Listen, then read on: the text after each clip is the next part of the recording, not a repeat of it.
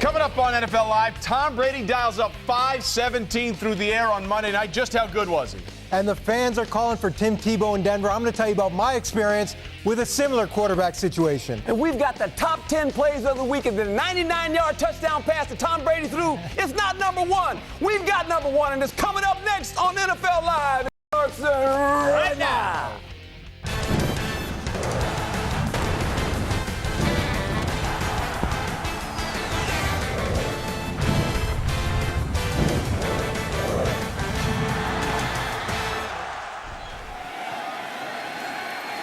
Brady out of the gun from the half-yard line. Why not?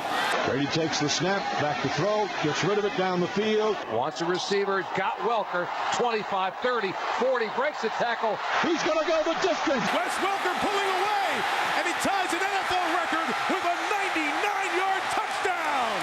99 yards. A 99-yard touchdown play. How many guys throw it out of their end zone in an empty backfield? And Brady lights up South Florida. Other than that, Tom Brady didn't do much on Monday night. Hi, everybody, and welcome to this edition of NFL Live. What an amazing performance. Trey Wingo here with former Jets coach Central, Eric Mangini, and the other coach, Herm Edwards. Now, before the Monday night game in Miami, guys, hard to believe Tom Brady had only one 400-yard passing game in his career. He still only has one 400-yard passing game because Monday he went 5 Bills large. The Patriots extended their record of 8 straight season-opening wins, but it wasn't without struggles. Chad Henne was solid in this game, and look at Anthony Fasano. A great catch at the 2. 3 plays later on 3rd and goal, Henne, who started his career as a football player in school as a running back, 9 yards for the score. Dolphins take the 7-0 lead. But as for Tom Brady, he did a little bit of everything here, Eric, including hitting Matthew Slater. Well, here's a 2nd down and short shot. Matthew Slater, his first NFL reception. A little bit of deception early in the game. They did it to me the first time I played him in New York. 46-yard pickup, and then in the second quarter, it's one of the 2 tight ends available. Gronk Nation lives. Rob Gronkowski, a 10-yard touchdown. Pats up 14-7. Third quarter, Herm, this is an amazing thing. Tom Brady throws an interception to Jared Odrick. Yeah, good job by Benny Sapp making a play, ball tipped up, and here again, Tom Brady generally doesn't throw interceptions. Well, considering he'd gone 358 consecutive completions without one in the regular season, yeah, I would agree with you. And that was a little bit of a fluke play. Also true. Ensuing Dolphins drive, Brian Hartline, a 10-yard strike. Look, Henne played great. Played good. And no one's talking about it.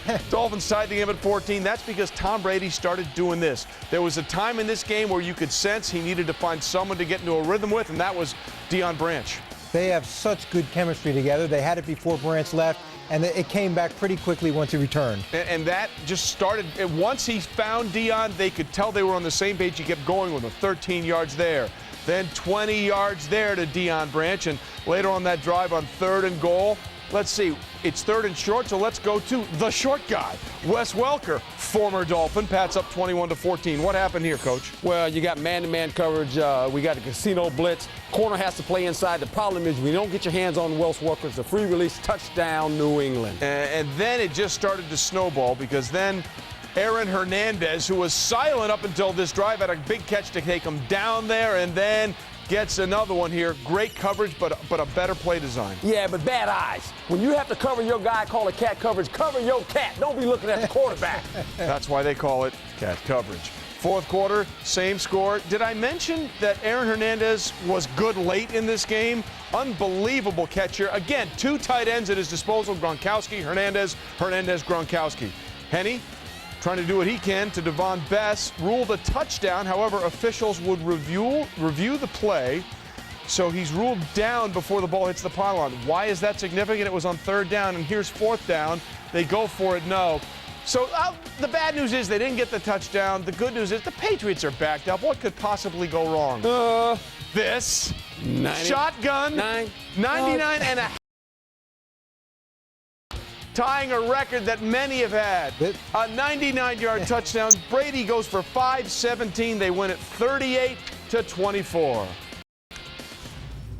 Tom did a great job of throwing the ball, so it was a good complimentary game. We ran the ball effectively, enough to keep him honest, and Tom threw it well, and the receivers caught it, and we pass protected. We had it down to a 1-score game, and then they threw whatever the heck that thing was, down the middle of the field there from the 2-yard line or so, and that put him up 2 scores again.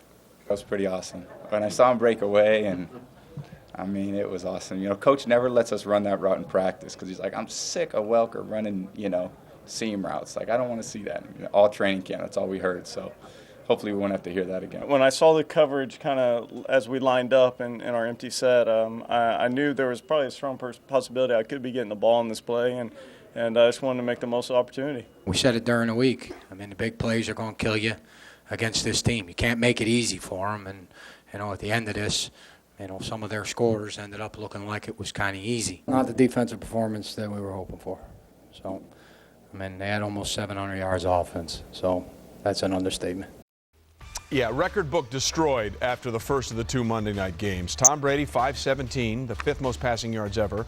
Person overshadowed was Chad Henne, who also had a career night, 416. The two combined for 933 passing yards, the most ever in NFL history. And the two teams combined for 1,110 net yards, the second most in a single game in NFL history. All right, let's go to the telestration set now. Herm and Eric, tell us exactly what Tom Brady saw that led to some of those great plays. Thanks, Trey. The most important thing when you're facing the New England Patriots and Tom Brady is to not give Tom any pre-snap information. We used to tell the team as we were getting ready for the Patriots, if you're not lying, you're not trying, because if he knows, it goes. He'll get the answers to the test, and he'll get the ball to the right place. So what Herm and I are going to do right now is we're going to look at 3 examples of where Miami gave him pre-snap information. He took that information and got the ball to the right place. You're exactly right. When you think of Tom Brady, right now he knows it's nickel personnel. Why? You've got 3 corners here. You got one here, one there, one there. Now what happens to Tom Brady, he realizes this. I can either run the ball because I got nickel personnel in, or if I feel they're bringing pressure, I can throw it. Right. And he's assuming that they're going to bring pressure because they've got a mismatch by personnel. So what Tom is going to do is check to their standard max pressure check, and what that is bring Danny Woodhead over, block up Gronkowski right here, move Hernandez out, move Welker out, and now he's going to know that this corner right here is going to play off and inside leverage. So Welker is going to run an outside breaking route. Branch will clear right here. You can't cover this, and he's got the blitz picked up. As you watch him here, they shift the formation. He knows right now, I'm going to throw a pass. I'm going to put him out. Now, here's the problem. This guy, you're exactly right. He's off and inside. That's not good. He needs to be more head up on this guy so we can get some hands on him. He doesn't do that. And you can see they pick it up. It should be a hit. It should be a pressure, but they've got it picked up, and they've got the right leverage against the coverage to beat it. Here again, we got casino blitz. That means all the cards are on the table. There's no free safety in the middle of the field. We're all in coverage, as you can see here, and we're playing man-to-man across the board with no free safety help. And look how much time Tom is going to take to find the answer. Nice and patient. He sees that it's pressure. New England can only block 5 initially.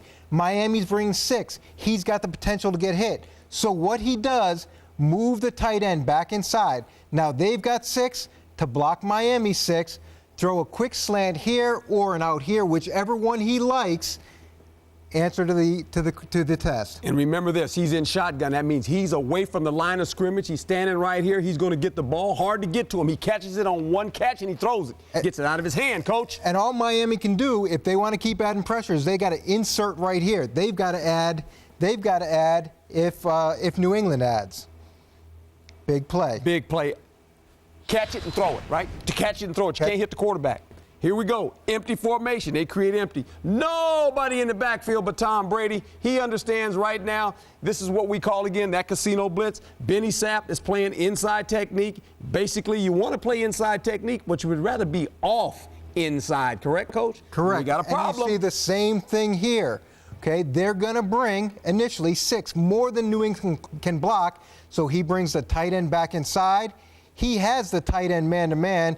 Everybody else is in man-to-man coverage off. Benny Sapp's up here pressed.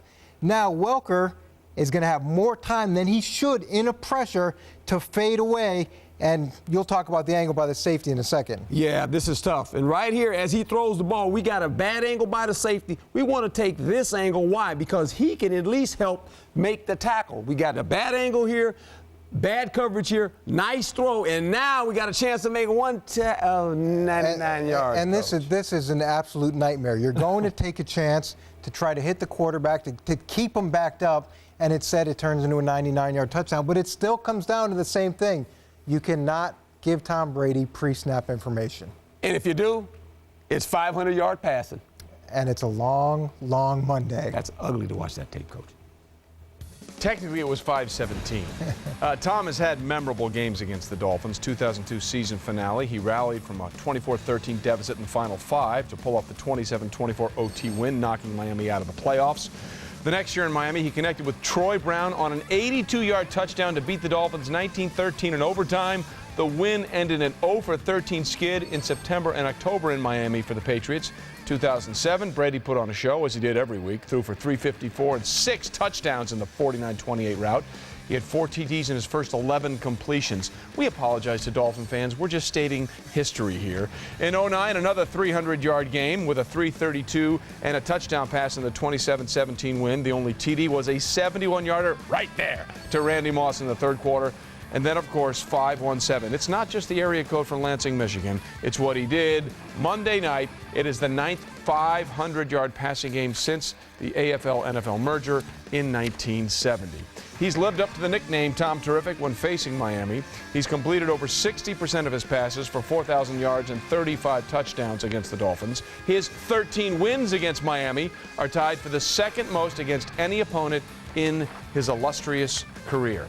So obviously Tom Brady was magical, masterful, record-setting, all that stuff.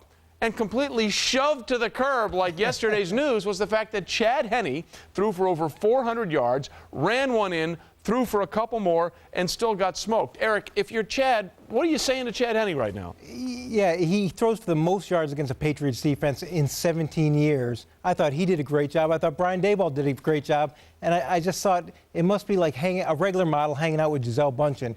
You're pretty, but you're not that pretty. And it's what a night he had. Brady and Bündchen ruining the curve for everybody, basically, is what Eric Mangini is saying. And it's funny, Herm, because remember the season started, first practice for the Dolphins. They held it open to everybody. People were booing Chad Henne. They wanted Kyle Orton. He had a terrific game. He played well, and here's the problem. When you get on a shootout with Tom Brady, you've got to be excellent in the red zone. And when you think about it, they got in the red zone a couple times and stalled. And that's the game. You got to complete passes in the red zone for touchdowns. Yeah. And that's the encouraging thing from New England's defense is they were good on third down.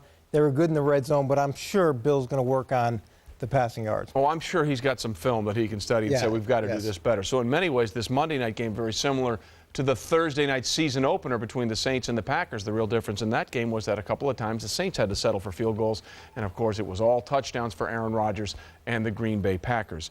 Again, Chad Henne, you know, he needs a little love here. He etched his name in the Dolphins record book Monday night, becoming the second Dolphins quarterback to pass for over 400 yards in a season opener in team history. The other one, Dan Marino. Marino passed for 473 yards and 5 touchdowns in Miami's season-opening win back in '94 against, of all people, the New England Patriots. Lots more coming here on this edition of NFL Live. More records in the second Monday night game between the Raiders and the Broncos, plus Terrell Suggs of the Ravens will join us and talk about the destruction they gave to the Pittsburgh Steelers. Stay with us.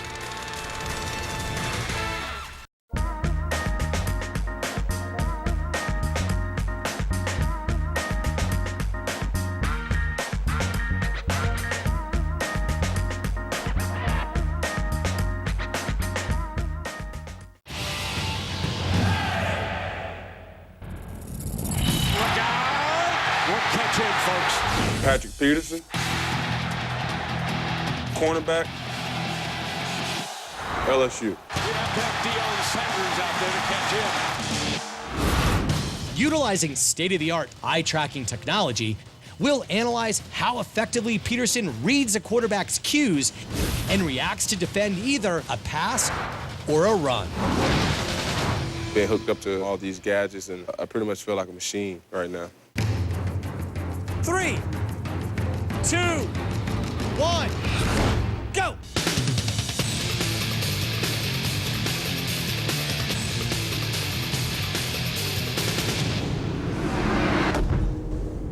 average NFL QB's release time is roughly 0.4 of a second. And a pass that travels 20 yards through the air at 35 miles per hour takes just over 1 second to reach its target.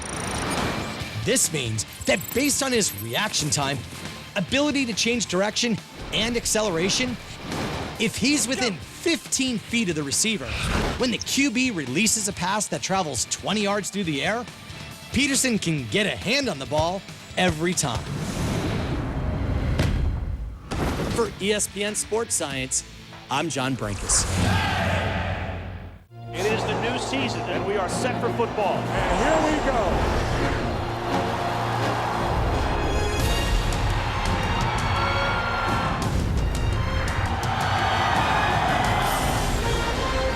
He's going to air one out down the middle, and he's caught.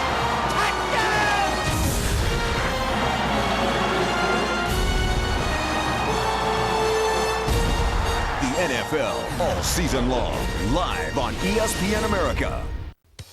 Well, the other Monday night game was also interesting. Raiders, 7 straight wins against the AFC West, 8 straight season-opening losses. Something had to give against John Fox and the Denver Broncos, and this gave a lot. Very similar to the Ravens-Steelers game on Sunday. A lot of chippiness going on between these two, and one had even left Broderick Bunkley a little bloodied when it was all said and done. I'm shocked that this would happen between these two. 25 fouls, 222 yards in penalty yardage. The busiest people on the field all day were indeed the refs. Sprained wrist from throwing all the flags. Jacoby Ford screened. Von Miller hits him, forces the fumble. Broncos recover. The Broncos would eventually kick a field goal. More shoving and pushing. I don't like you. Well, I don't like you either. Everybody has to like this. Sebastian Janikowski. This is in warm-ups. I don't care if it's thin air. 70 yards, it was good. 70 yards. So with the Raiders up 13-3 right before the half, let's go for 63. Third 63-yard field goal in NFL history, 2 of them in Denver. He had a 61-yarder against me in Cleveland in December. Wow. It's amazing. That's pretty good. Okay, fourth quarter, Broncos down 16-13. Now, there had been spurts of rain in the game, and perhaps that's why Kyle Orton just drops the ball. We've seen a lot of quarterbacks do it, but this was unfortunate. Lamar Houston, gobble, gobble. Raiders take over. Looked like he never had it, Herm. Just never had it. So on the ensuing drive, we see a lot of this. My goodness, he's trying to see if they can play the Broncos every week, because this is third straight 100-yard game against them. 47 yards for the touchdown. All went right, and the cutback is there. And you talk about the big ones. Look at the line of scrimmage.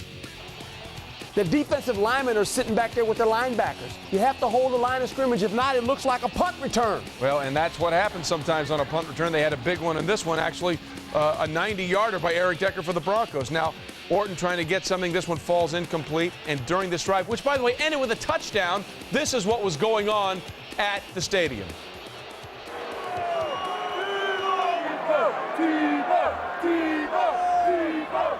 All that was going on, he led them down to a touchdown drive that cut it to within 3, but then they couldn't force a punt, and the Raiders hang on to win 23-20. Back to the idea of Darren McFadden just taking it to the Broncos. Pretty good. Ran roughshod to the tune of 150 yards, the most by a Raiders running back in season opener in team history. 3 of McFadden's 8 career 100-yard games are against the Broncos, and he's rushed for at least 150 yards in his last 2 trips to the Mile High City.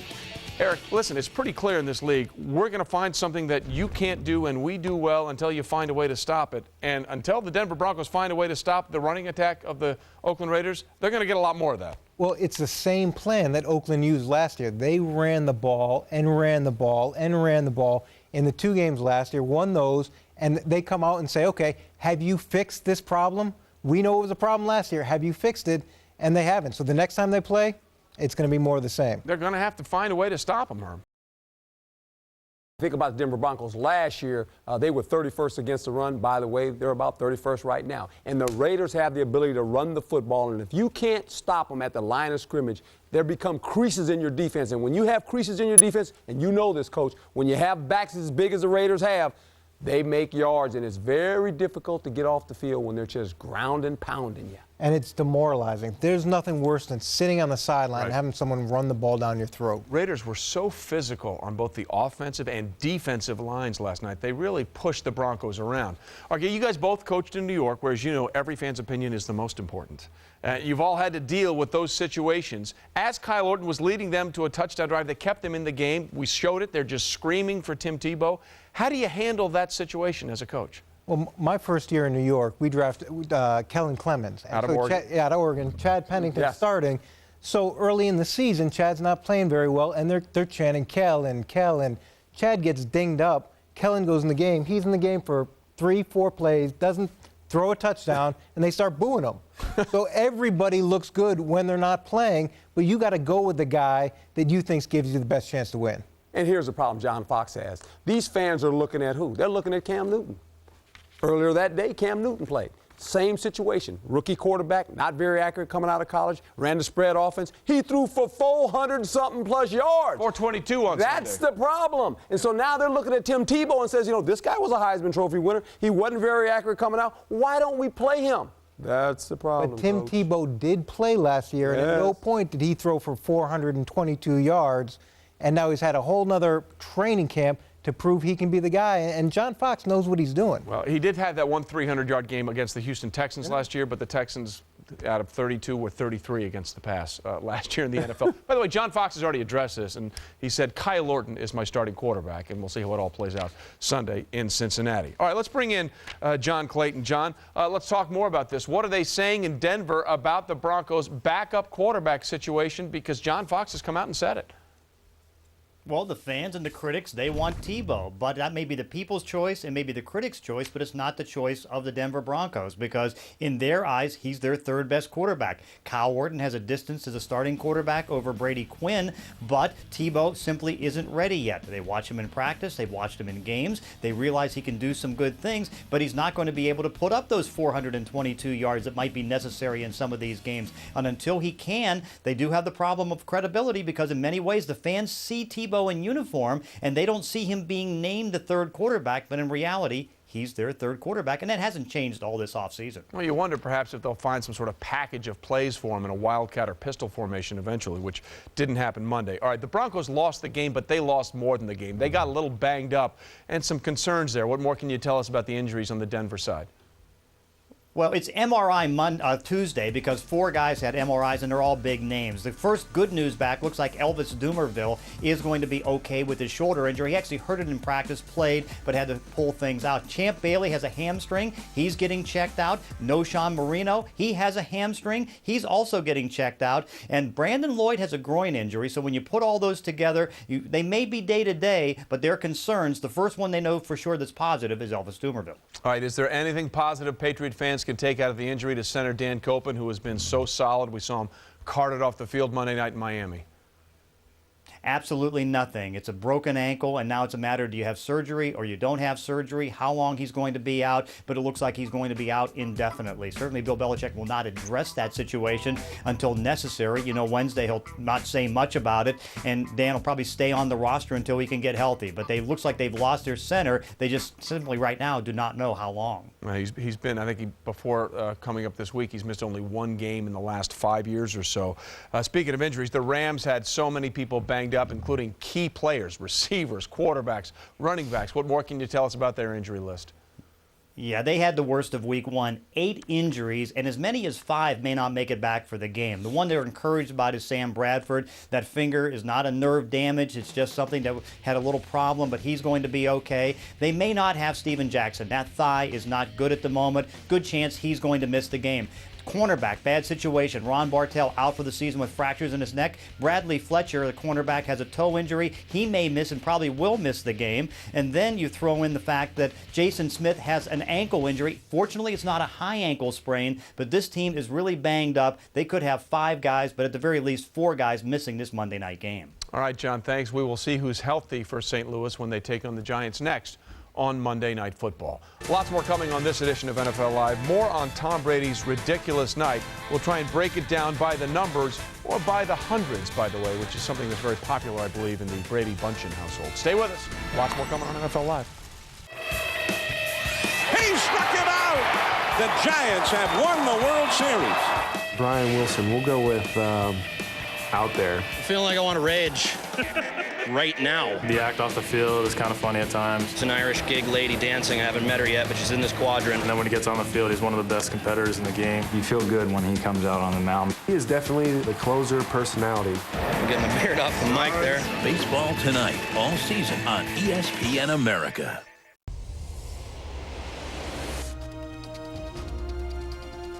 The AFC wildcard Denver Broncos climbed to the top to pull off an upset over the favored Green Bay Packers. Second and goal from the 1. Elway. Denver running back Terrell Davis rushed for 157 yards and 3 touchdowns to become the MVP. With this victory, the Broncos ended the NFC's 13-season Super Bowl winning streak. In 1999, no one was surprised to see John Elway and his Broncos back in the big game as they took on the Atlanta Falcons in Super Bowl 33. Down deep the middle of the field. Rod Smith got it. Elway completed 18 of 29 passes for 336 yards and a touchdown and ran for another score himself to clinch back-to-back Super Bowls for the Denver Broncos. Super Bowl 33 is history.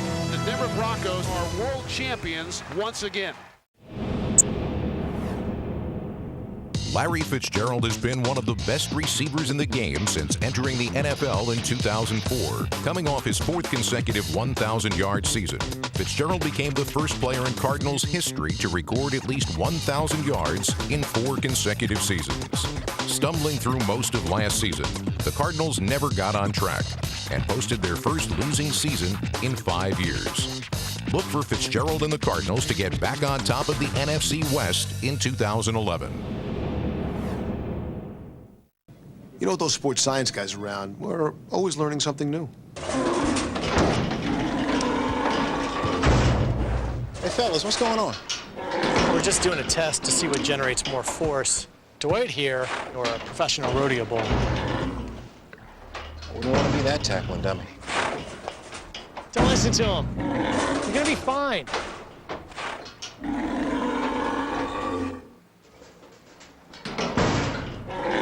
Sports Center, weekday mornings at 0700 CET, live on ESPN America.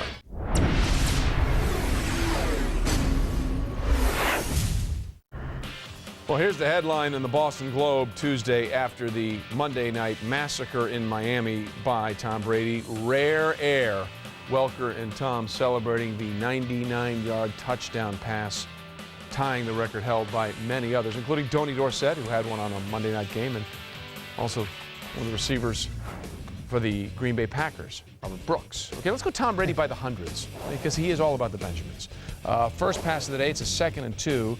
Great down to take a shot. Yeah, this is a classic take a shot down. You're either going to get the first down, that's one philosophy, or you're going to hard sell play action, suck the linebackers up, and take the shot deep. And this is Slater's first NFL reception, I believe, so that's another part of the deception. Yeah. But this is all on the safety. 2nd and 2, the safety has to stay back. He can't play the run. All right, later in the first quarter, this is Welker for 21. What are we seeing here? Well, real simple. You know, same old deal. The guy doesn't get lined up. I mean, he comes off the slot and just gets a little slant back. And it's a cover 3, so they're going to try to hit the seam. It's a classic cover 3 beater. All right, so that put him at 115 yards for the day. Right. Rob Gronkowski. That's right. They're dropping 5 here, or dropping 8, 5 deep. There's a little window between the corner and the safety, and he hits it right there. Okay, now on this play, he finds Gronkowski over the middle for 22 yards. Once again, finding that soft spot. Soft spots in the middle of the field, and they hit it over the top of the linebacker. All right, the one that gave him the lead, they never gave up, Herm. This is really good here. He says he senses nickel coverage. He's going to feel they're going to come with pressure. He has Benny Sapp walking out on the slot, knowing that Wells Walker runs a quick out, and you're playing inside leverage. Very difficult to cover this. It's almost impossible if you don't get your hands on the receiver. And he's really dictating because he knows what the defense is, right? And he protects it up so he doesn't take a shot. Yeah, exactly. So right now, that's all clicking. And here's the one that got him over 300 yards on the day, and it goes to Aaron Hernandez. It's the same thing here, Herm. He sees the pressure. He knows he can't block it. He brings the tight end back in. Now they can block it up. He communicates it out to everybody. He's got an option with Branch on the slant or Welker in the flat. If you give him information, he will beat you. And that's the one to Deion Branch, gets him over 300 yards. Now, later in the drive, there you see Sean Smith, and he's a little gimpy. Yeah, he's cramping. He cramped up the play prior to that, and down he went right at him. They didn't call timeout, didn't give him Gatorade, just guess what, guys, we're going after him. It is the shark effect. You see someone wounded, you smell blood, and you go after it. And Hernandez got down there, and then might as well let him pay it off as he gets the touchdown in the back of the end zone, 28-17. Then in the fourth quarter, he hits Welker there for the short 1-yard gain, so that's over 400 yards. But, okay, what's 1 plus 99 is 100. Right? So on these two completions to Wes Welker, we get 100 yards.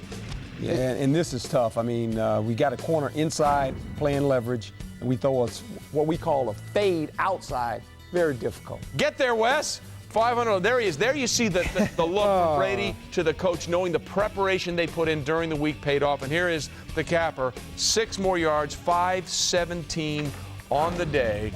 507. And let's remember, Trey, he had a 45-yarder called back. That's correct. Go there. All right, ESPN.com's power rankings are out. Some of you may disagree with some of these. The defending champion Packers are in the top spot, followed by the Patriots and Eagles. Top 3 spots remain unchanged from the preseason rankings. Saints and Steelers both fall out of the top 5 with their losses, while the Chargers and Texans round out the top 10. There is controversy on the bottom half of the power rankings as the Buffalo Bills somehow mysteriously, through some process some of us can't fathom, are several slots behind the team they went into Kansas City and beat 41-7 week 1. Yeah, I always enjoyed the power rankings, not necessarily where the teams were, but the funny things that were written next to each team. Yeah. That was kind of the extent of how much we looked at as coaches. But there were some really amusing lines there. Some we can't really talk about on television.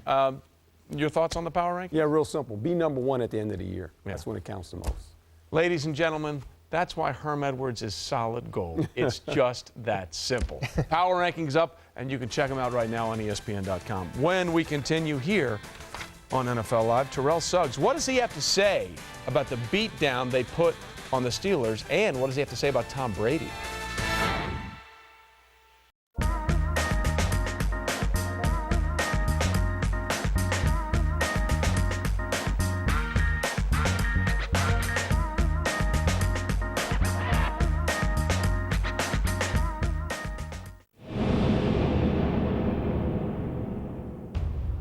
Under it at the 40. Intercepted it. Looking for a block. Comes wide to the right. Turns the corner to midfield. To the 20. Touchdown, Deion Sanders.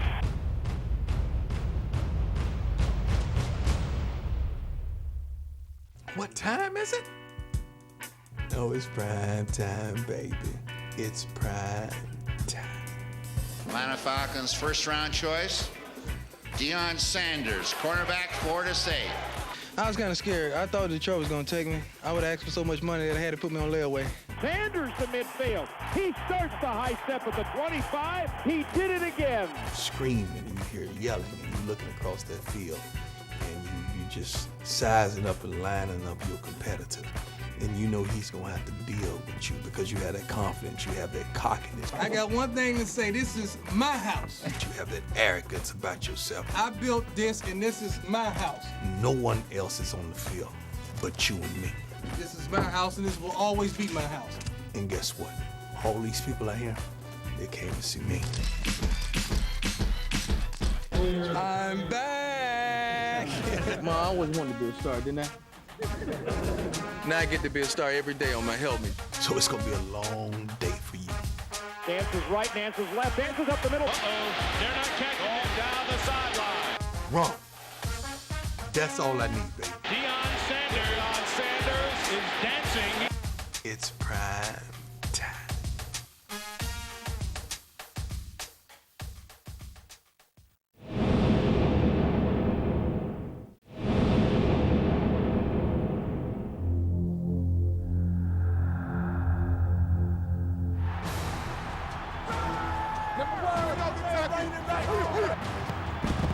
Deep ball, Bryant caught it over the corner. Touchdown. Vick under center. He's in. Touchdown. Yes.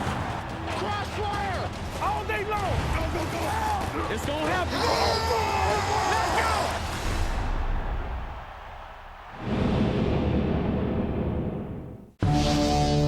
Sunday Night Football live on ESPN America kicks off with our Week 2 triple header.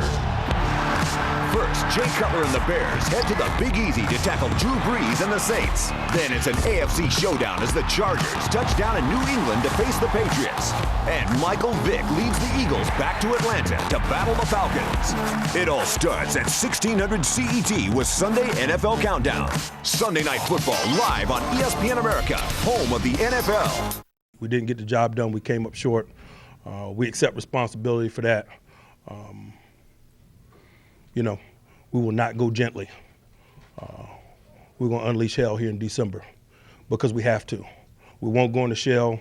We're going to go in attack mode because that's what's required. Well, that was what required, but it didn't work out for the Steelers that year. It was a great speech, but it just had the opposite effect. So what does Mike Tomlin have to say now after a Sunday game where they had 7 turnovers and 7 points, ending Ben's 7-game winning streak against the Ravens, 35-7 the loss as the Steelers' 8-game season opening streak came to an end? Mike Tomlin's got to rally the troops and get them ready.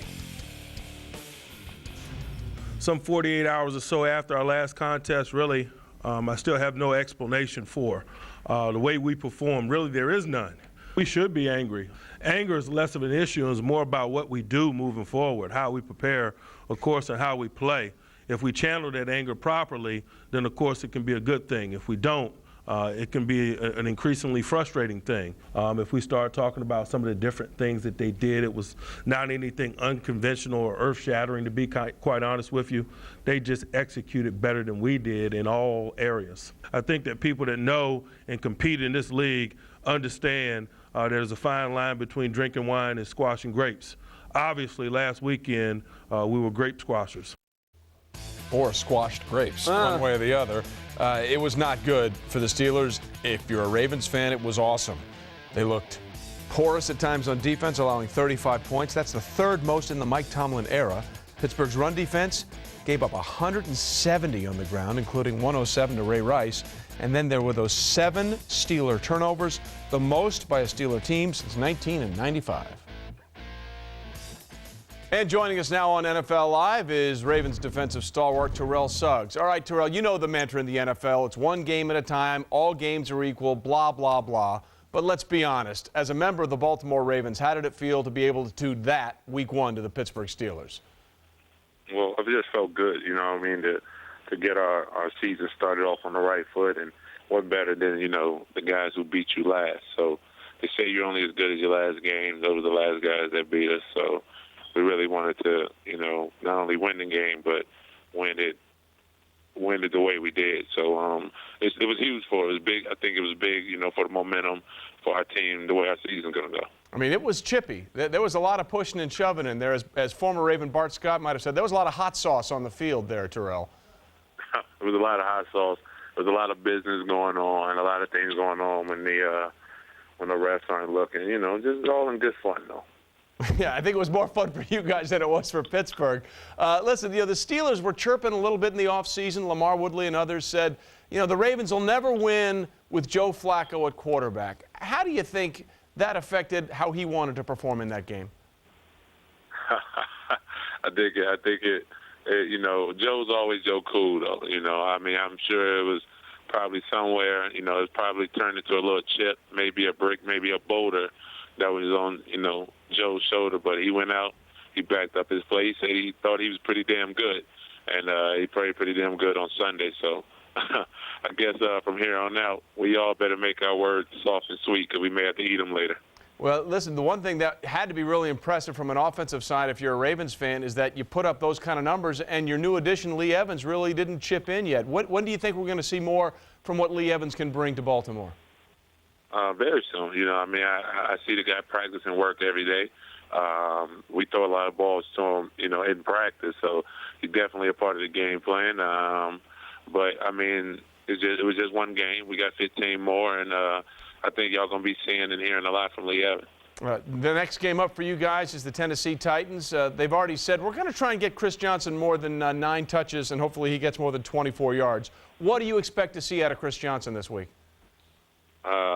Definitely. I'm expecting to see Chris Johnson. You know, he's definitely one of the top backs in this league, and he showed it by, getting that new contract. So congratulations to him.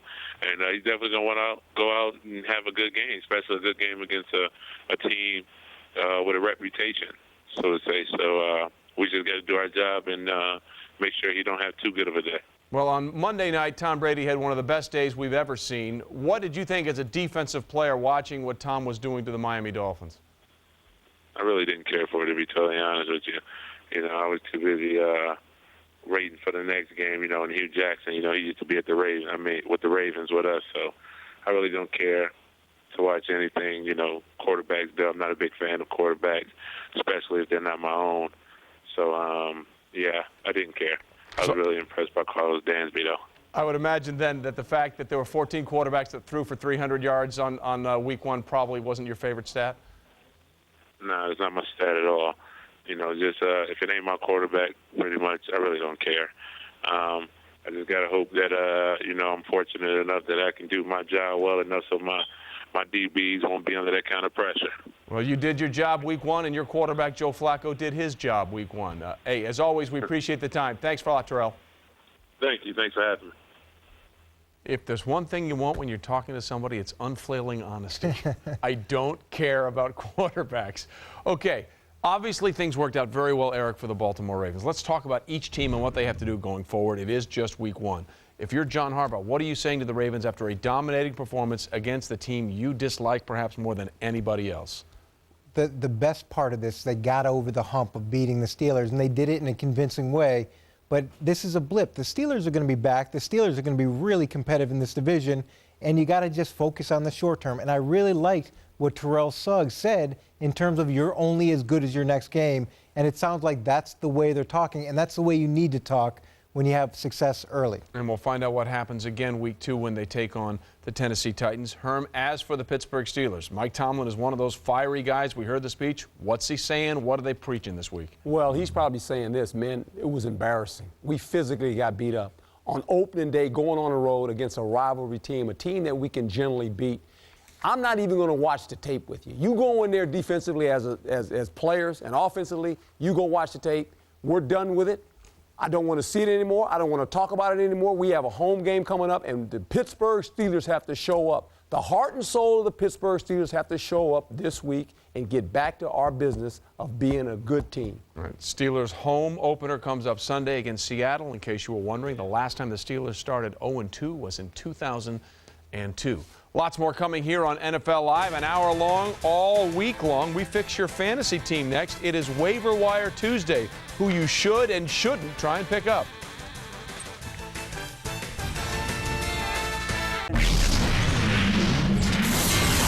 If you want to get on the inside track of Formula One, there's one dedicated website that can keep you up to speed. With live race commentary, expert analysis, statistics, and up-to-the-second news. espnf1.com. Online or download the app now.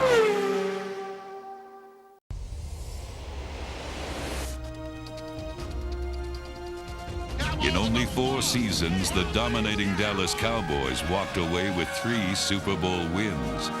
In Super Bowl 27, Dallas took on the Buffalo Bills. MVP Troy Aikman threw 4 touchdowns to secure Dallas's 3rd win in 6 trips to the Super Bowl. 1 year later, Aikman and his Cowboys met Buffalo for a rematch. Emmitt Smith, the game's MVP, rushed for 132 yards and 2 touchdowns to hand the Buffalo Bills their 4th consecutive Super Bowl defeat. In 1996, Dallas went in pursuit of yet another NFL championship. The game turned in the Cowboys' favor as cornerback Larry Brown's 2 key interceptions both culminated in Dallas touchdowns, the second of which came in the final minutes of the game to lock up the win for Dallas.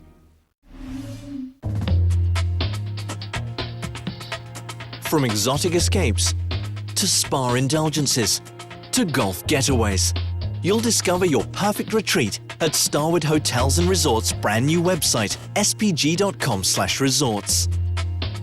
Book your dream vacation at one of more than 200 amazing resorts and take advantage of our best rate guarantee. More luxury, more destinations. spg.com/resorts.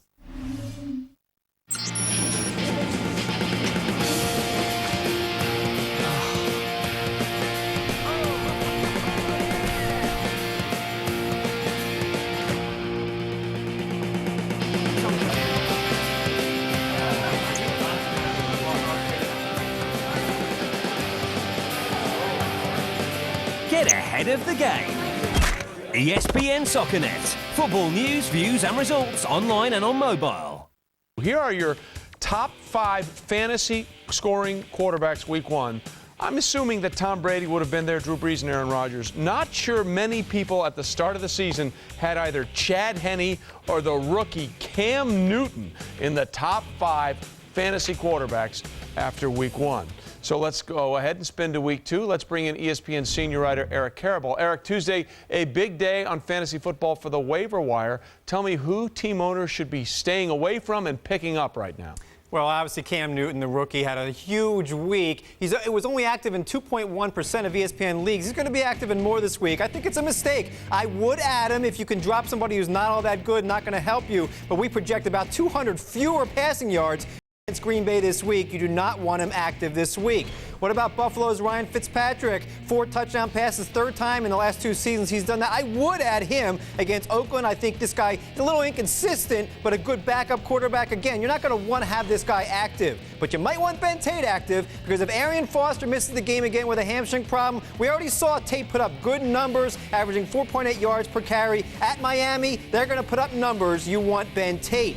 Cadillac Williams will probably start at running back with Steven Jackson out for the Rams on Monday night against the Giants. Look, we've seen Cadillac's act for years. He ran well against Philadelphia. I don't think he'll be a top 20 running back this week, but I would add him in case Jackson's out a while. Devery Henderson, again, a guy we've seen for a really long time, very erratic and inconsistent. He can run well down the field. Is he consistent enough for your fantasy team? Won't be in my top 20, but I would add him for this week. Now, here's a guy who didn't do much, but he did have 9 targets last week. That's what I like. Maybe not for week 2 or 3, but in week 10 or 11, this guy will surpass Hines Ward. He will be a good fantasy player. Get him now before everybody knows. And one final guy, the tight end for Buffalo, Scott Chandler with 2 touchdowns. A year ago, we all ignored Mercedes Lewis of Jacksonville. When he had 2 touchdowns, he had a good year. I think this Chandler guy, who's been a backup for Gates and Witten, I think he's emerging. I'd pick him up right now. Eric, thanks. I didn't ignore Mercedes Lewis, and he helped me last year. Now on ESPN.com, check out Eric's end-of-the-season rankings, his top players at every position. From here to the end of the season, also check out NFL.com. All right, that's the fantasy spin on week 1, what you should and shouldn't take away. So let's take aside the fact that Tom Brady had his record-setting performance. As coaches, you watched all the games, you've looked at all the matchups. What have you guys taken away from week 1? The biggest thing I've taken away is I think we can retire the conversation now that you don't need cover guys anymore on these teams to cover kicks because of the new rules. Right. We have 8 returns for touchdowns in week 1, which breaks a league record. You need those guys, and it's pretty apparent. Well, the offenses are ahead of the defense. There's no doubt about that. When you look at the offenses that are in place with the quarterbacks and the coordinators, defenses, it's about adjusting. And right now, defenses are having a hard time of adjusting and getting the right matchups defensively to attack the offenses. If that's the case, and it certainly looks like it, in places like Baltimore where the defense was so strong, it certainly may have an even more resonance on what that defense may do as this season in 2011 plays out. All right, when we continue here on this edition of NFL Live, the best of the best from week 1, plays of the week with your input, next on NFL Live. Get nothing again! Stevie Johnson, spectacular leaping catch! Touchdown, Reggie Wayne! Oh, how sweet was that?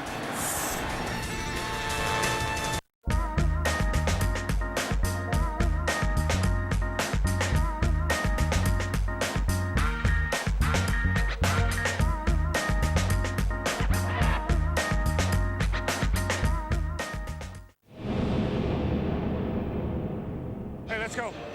Right from the start. All day. All day. Snap to him. San Francisco brings pressure. Ryan's going to throw backside. Harry Douglas. Touchdown Atlanta. Get this thing back right down the field. Let's take this thing over. Hey, stay patient. Stay patient. We're going to make a play. Come on, D. Yes! That away! Let's go. Do your job. We go right down this field. Get out of here with the win, all right? Look out! Snap to Ryan. San Francisco wasn't ready. Ryan throws. Douglas first down. On the ball! On the ball! Let's go! Get set! Get set! Let's go! San Francisco brings 5. Ryan loads and throws. Back shoulder. What a catch! Ronnie White. How many more yards do we need? Hey, you get off coverage. Expect that thing. The way's out! Snap to Ryan. Pressure coming back inside. Gonzalez first down. Come on! 7 seconds left. Kick is away, and it is going to be good. Atlanta leads with 2 seconds left. That's all right there, baby. That away. Oh! Yes!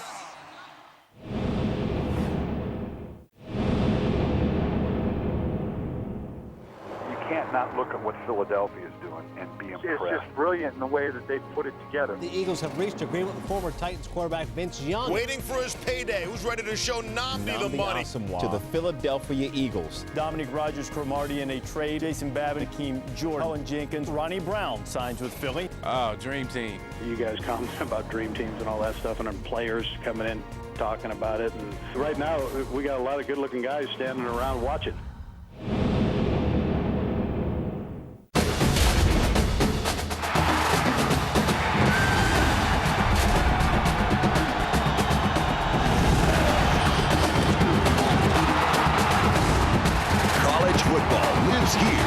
Starts with College Game Day, Saturday at 1500 CET, live on ESPN America. Well, no doubt of it, as we look at the plays of the week from week 1, this won't be in the Chargers plays of the week. All the problems last year with the special teams, opening kickoff, and Percy Harvin took it to the house. They're trying to get that fixed. Let's now look at the top plays from week 1. A couple of records tied and 3 rookies showing off. Stevie Johnson, why so serious? The good thing is he makes a nice cushion out of Brandon Flowers to land on with a nice grab in the end zone. 1 of 4 touchdown passes for Ryan Fitzpatrick. Number 9, Ryan Kerrigan. Quick pass is deflected by Kerrigan, intercepted by Kerrigan, and he's going to take it in for a touchdown. The rookie does it. Pretty impressive, huh, Coach? Yeah, and the right tackle has to cut that guy. You can't let him jump up. Redskins 28-14. Number 8, another rookie. Angle toward the far side. Peterson under it. Has it at the 10. Runs right. 15, 20, 25, 30. Rookie 35, 40. Midfield. Goodbye. Patrick Peterson. Not bad, Eric. With rookies that can return punts, especially cornerbacks, that's what we liked about Darrelle Revis.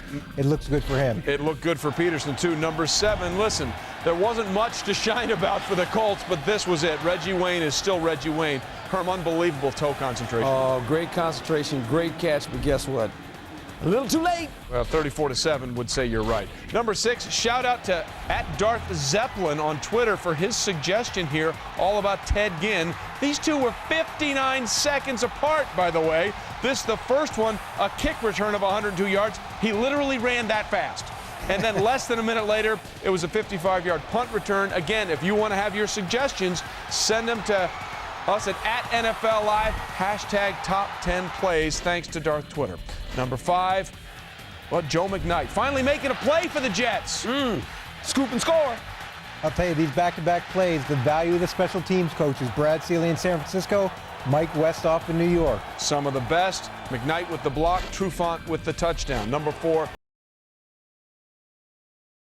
quarter comeback, but Mike Williams, come on, Herm. Well, I tell you what, that's a heck of a catch there. I mean, look at this concentration. You get your feet down. Wow. More from this game right now at number 3. What Mike Williams can do, so can Calvin Johnson. Like week 1 from a year ago, I'm not going to drop it. I'm going to hold it all the way through the completion of the catch. As for number 2. Where's Brady out of the gun from the half-yard line? Why not? To Wes Welker. Wes Welker pulling away, and he ties an NFL record with a 99-yard touchdown. Again, it seemed like the Dolphins had more problems with the heat on defense than the Patriots did. I'll tell you, Miami can't wait till this clip goes away. Problem is, it never goes away. It's there for history. Number 2, speaking of history, Sebastian Janikowski, 63 yards, the third 63-yard field goal in NFL history, tying Jason Elam and Tom Dempsey's record. And number 1, Thursday night. Morstead's kickoff end over end to Randall Cobb, cutting left to the 5. He's straight ahead 10 to the 15, slips the defender 20, spinning his way, still on his feet, 25, 30. He's to the 35, 40, turns it on to the 50, to the 40, to the 30, down the left side, to the end zone, touchdown! 108 yards! Last 108-yard return, Eric, who was it? Ellis Hobbs against the New York Jets, and I don't know if God was talking to him, but it didn't feel like a miracle. No, it did the other way. 108 yards ties the longest kickoff record with what Eric was just talking about. So some Week 2 notable games around the NFL features a few teams that cannot afford to fall to 0-2. Seahawks and Steelers both in must-win situations, while the Chargers and Patriots, what a great game for the second week in Foxborough. Michael Vick makes his return to Atlanta in the Sunday night game. And the Rams, whatever players are healthy for the Rams, will play the Giants on ESPN's Monday Night Football. When we continue here on NFL Live, one lasting impression on a very impressive night from Tom Brady against the Dolphins.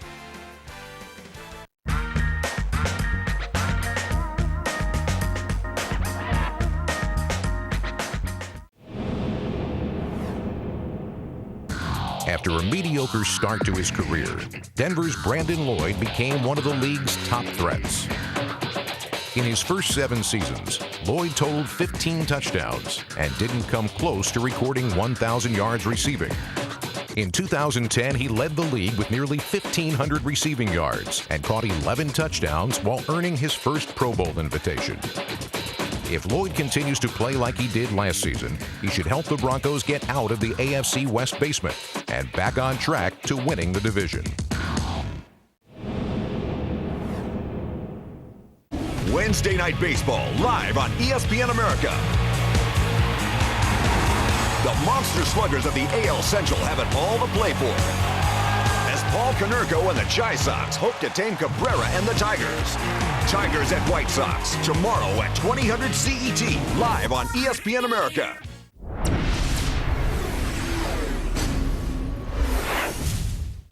Well, once again, Ron Burgundy, as he always does, says it best. Come get a taste. Tom Brady was awesome last night, 517 yards and 4 touchdowns. He became only the 3rd quarterback in NFL history to pass for at least 500 yards and 4 touchdowns in a single game, joining Hall of Famers Y.A. Tittle and Norm Van Brocklin. Before last night, it had been almost 5 decades since a player put up those numbers in a single game. Here comes the unanimous MVP of the league, Tom Brady. Play action on 2nd and 2 and a shot downfield. Hauled in stride by Matthew Slater. Brady is so good at reading what the defense is doing. Brady throwing, Deion Branch. Tom Brady's completion is 3,000th of his now 12-year NFL career. Brady back to throw, pulls the trigger right, caught, touchdown, Gronkowski. That pass gets to Welker on that sideline. There's very little room to thread it. Here comes a blitz from Jeremiah Bell. Brady pulled it down and finds Deion Branch. Tom Brady's pocket awareness is incredible. Brady fires left, caught, touchdown. Brady back to throw, back line of the end zone, touchdown. Wes Welker pulling away, and he ties an NFL record with a 99-yard touchdown. Lights up South Florida. Tom Brady, 511 yards tonight. He's coming back out with 3:39 to go. It's been 15 years since we've had a game with that many passing yards by an individual. He loves being out there with his teammates and finishing people. And ladies and gentlemen, the fish were finished Monday night in Miami. A record-setting performance for Tom Brady. That'll do it for this edition of NFL Live. That's the coach, Herm Edwards. That's the coach, Eric Mangini. Don't forget, NFL 32, 6 o'clock Eastern on ESPN2. See you then. ESPN America, your home for live Major League Baseball.